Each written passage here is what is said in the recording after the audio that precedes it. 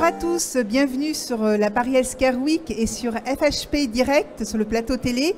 J'ai avec moi Robin Tocqueville-Perrier, vous êtes président de l'Association nationale des étudiants de pharmacie de France.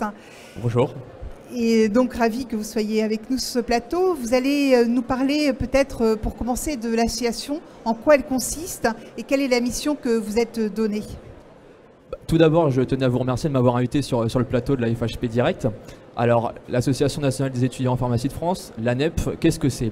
C'est finalement cette association qui regroupe les 33 000 étudiants en pharmacie de France et qui a pour mission de les représenter du point de vue de l'enseignement supérieur ou finalement des perspectives professionnelles du métier de pharmacien, qu'il soit officinal, industriel, mais également en collaboration avec le syndicat des internes en pharmacie où nous travaillons du côté de l'internat. Voilà. On va agir de plusieurs façons, en faisant de la promotion de la santé publique, en rendant des contributions et finalement en faisant de la représentation pure, que ce soit avec les députés, les sénateurs, avec les eurodéputés, notamment avec la campagne des élections européennes, mais également avec les différents ministères de tutelle qui sont le ministère des Solidarités et de la Santé et également le ministère de l'Enseignement supérieur, de la Recherche et de l'Innovation.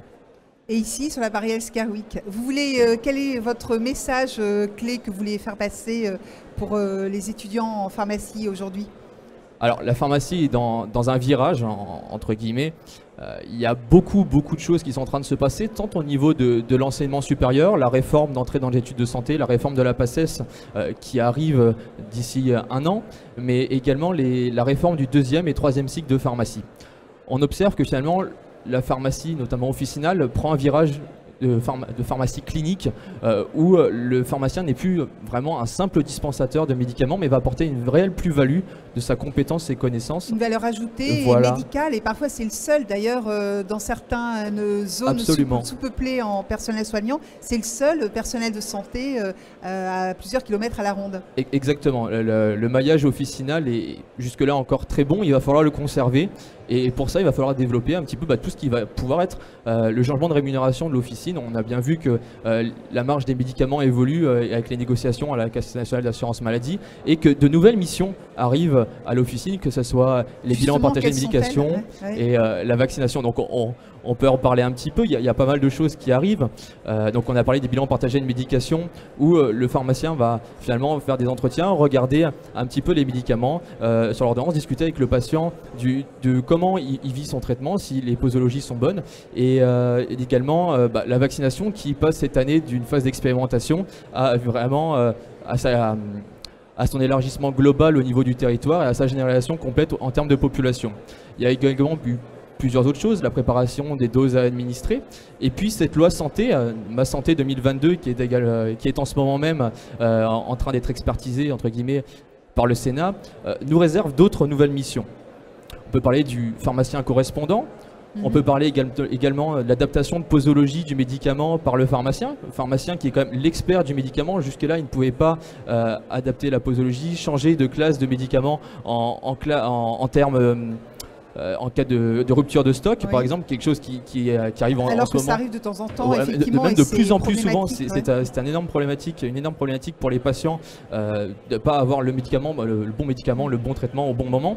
Et également, ce qu'on va pouvoir parler également de la dispensation protocolarisée, dispensation sous protocole, qui est pour moi un véritable atout pour les soins de premier recours, ce que certains syndicats de médecins appellent de la bobologie, mais j'irai pas jusque là. Mais franchement, ce qu'on a pu développer pour une cystite un samedi après-midi en absence de médecins, non pas forcément sur le territoire, mais les médecins ont bien le temps d'avoir des jours de repos, c'est soit les urgences, soit SOS médecins, et tout le monde n'a pas les moyens de faire SOS médecins. Et sincèrement, 4 heures d'urgence pour une simple cystite, je pense que le pharmacien est tout à fait apte à s'en occuper, tout en communiquant le traitement qu'il aurait donné au médecin. Justement, le pharmacien peut pas être aussi celui qui est qui accueille les patients pour tout ce qui est télémédecine, également qu'il ait un petit cabinet, on peut imaginer dans l'officine, pour qu'il puisse justement prendre la tension, prendre toutes les constantes du patient et pouvoir avoir au bout de la ligne en télémédecine un médecin. Absolument. La pharmacie, il y a déjà, on va dire, plusieurs dizaines d'années, a connu le virage informatique. Nous sommes informatisés. À l'heure actuelle, il y a le virage numérique et la télémédecine, le télésoin en fait totalement partie. On voit des télécabines de télémédecine s'installer dans des officines, dans des milieux dits ruraux, mais également mises à disposition par des mairies, des locaux spécifiques. Dans les maisons de retraite. Voilà. Et je pense sincèrement qu'à terme, les pharmaciens, tout comme ils ont un espace de confidentialité, vont investir dans la télémédecine, dans le télésoin, et pourquoi pas développer la télépharmacie à terme avec la reconnaissance du pharmacien comme réel expert du médicament, où nous pourrions avoir une valeur ajoutée à être contactés en télépharmacie. Mais oui, le futur est également la télémédecine complètement. Alors revenons ici à la Paris Healthcare Week, donc dans les cliniques, à l'hôpital. C'est la même chose, le pharmacien a un rôle de plus en plus important, il participe aux réunions de concertation pluridisciplinaires, il a même parfois le rôle avec les carticelles, tout ce qui est thérapie cellulaire, le rôle de décider que c'était devenu un médicament quand ça revient à l'hôpital ou en clinique. Comment voyez-vous donc voyez-vous évoluer ces prérogatives aux pharmaciens hospitaliers ? Alors, l'hôpital évolue entre guillemets en ce moment même moins vite que le pôle industriel ou le pôle officinal pour pharmaciens, mais il évolue quand même. On voit que nous sommes, comme vous l'avez dit, dans toutes les concertations médicamenteuses d'entrée et de sortie, et le pharmacien, comme il est présent pendant toute la chaîne du médicament, de sa conception jusqu'à sa dispensation et également à l'hôpital, il doit renforcer absolument le lien ville-hôpital.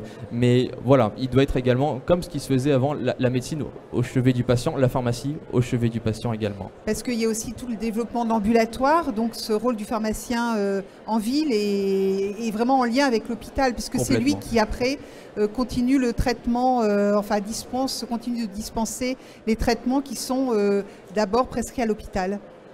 Absolument, voilà.